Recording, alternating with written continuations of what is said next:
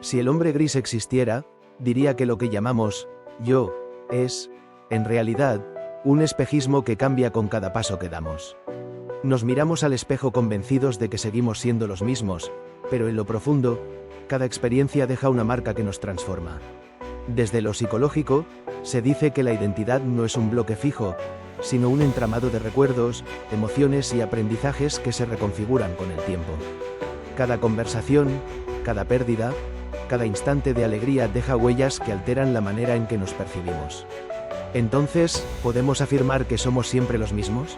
Desde lo filosófico, algunos dicen que el yo es más un proceso que una sustancia. Lo que creemos estable no es más que continuidad de memoria. ¿Somos la persona que fuimos ayer o la que estamos siendo ahora mismo? ¿No será que el yo es una historia que nos contamos para sentir estabilidad dentro de un río que nunca deja de fluir? En lo literario, los grandes personajes se definen no por lo que declaran ser, sino por lo que revelan en sus contradicciones, sus cambios, sus giros. Nadie quiere leer una historia donde el protagonista nunca se transforma. ¿Y acaso lo mismo ocurre con nosotros? Una identidad rígida no es más que un personaje mal escrito. El hombre gris preguntaría, ¿somos los mismos cada día o cambiamos con cada experiencia? ¿Hasta qué punto lo que llamamos yo es herencia de lo que otros nos enseñaron a ser? ¿No será que somos más un proceso que una definición? Si el hombre gris existiera, diría que aferrarse a una identidad fija es como intentar detener el agua con las manos. Un esfuerzo que solo conduce a la frustración.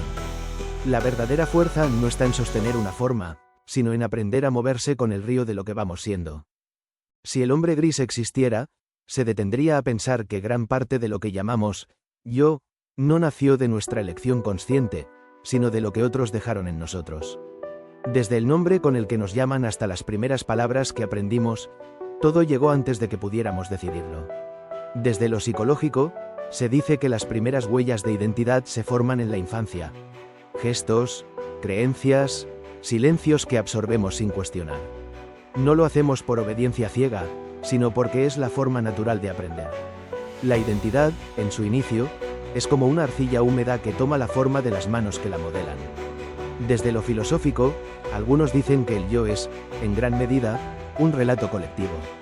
Que la idea de quiénes somos se construye con las voces de quienes nos rodean. Nos miramos en los ojos de los demás y ahí encontramos, reflejada, una imagen que creemos propia. Pero ¿cuánto de esa imagen realmente nos pertenece? ¿Y cuánto es eco de lo que alguien más proyectó en nosotros? En lo literario, los personajes también cargan con lo que heredaron.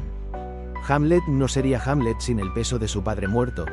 Edipo no sería Edipo sin el destino que otros escribieron antes de su nacimiento.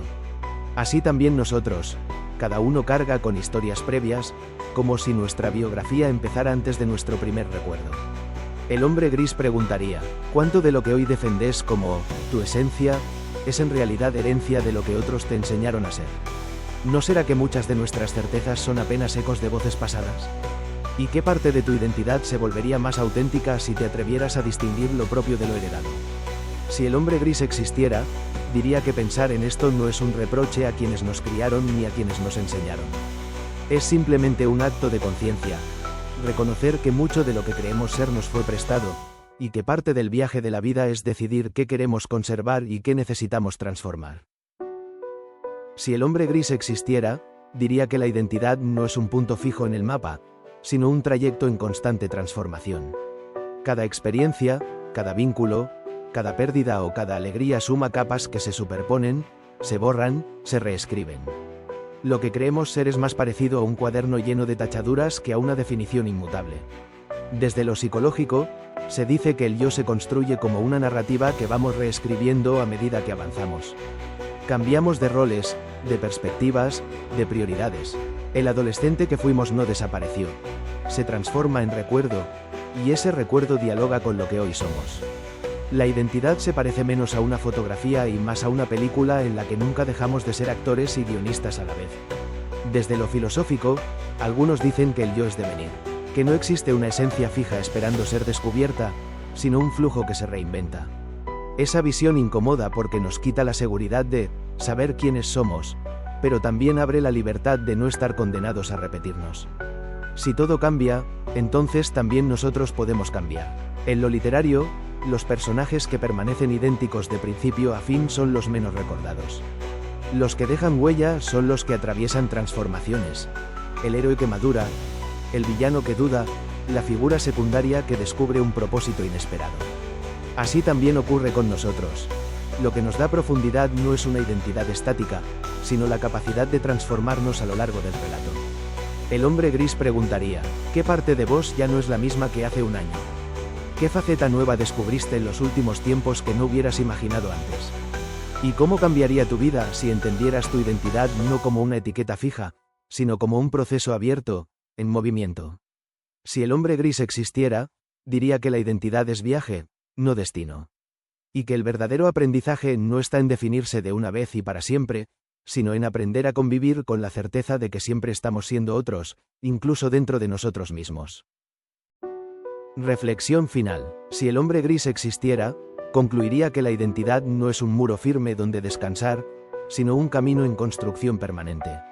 El yo que creemos conocer es, en gran medida, herencia de otros, otra parte, memoria que seleccionamos, y otra, transformación constante que se renueva con cada experiencia. Desde lo psicológico, se dice que gran parte de nuestro yo es relato, un conjunto de recuerdos y emociones hilados en una narración que cambia según la etapa de la vida. Desde lo filosófico, se dice que la identidad no es esencia sino devenir, un río que fluye y nunca se detiene. Y en lo literario, lo más humano de un personaje es su capacidad de transformarse, de sorprenderse a sí mismo, de no ser nunca exactamente el mismo. El hombre gris, si existiera, diría que abrazar esta idea no significa perderse, sino liberarse. No estamos condenados a repetir lo que heredamos, ni obligados a sostener lo que ya no somos. La identidad es viaje, y en el viaje se aprende que cada paso nos convierte en alguien nuevo, incluso si seguimos llevando el mismo nombre. Y dejaría estas dos preguntas como eco final. ¿Qué parte de tu identidad seguís defendiendo por costumbre, aunque ya no te represente? ¿Y qué versión de vos mismo está esperando que le abras espacio para empezar a existir?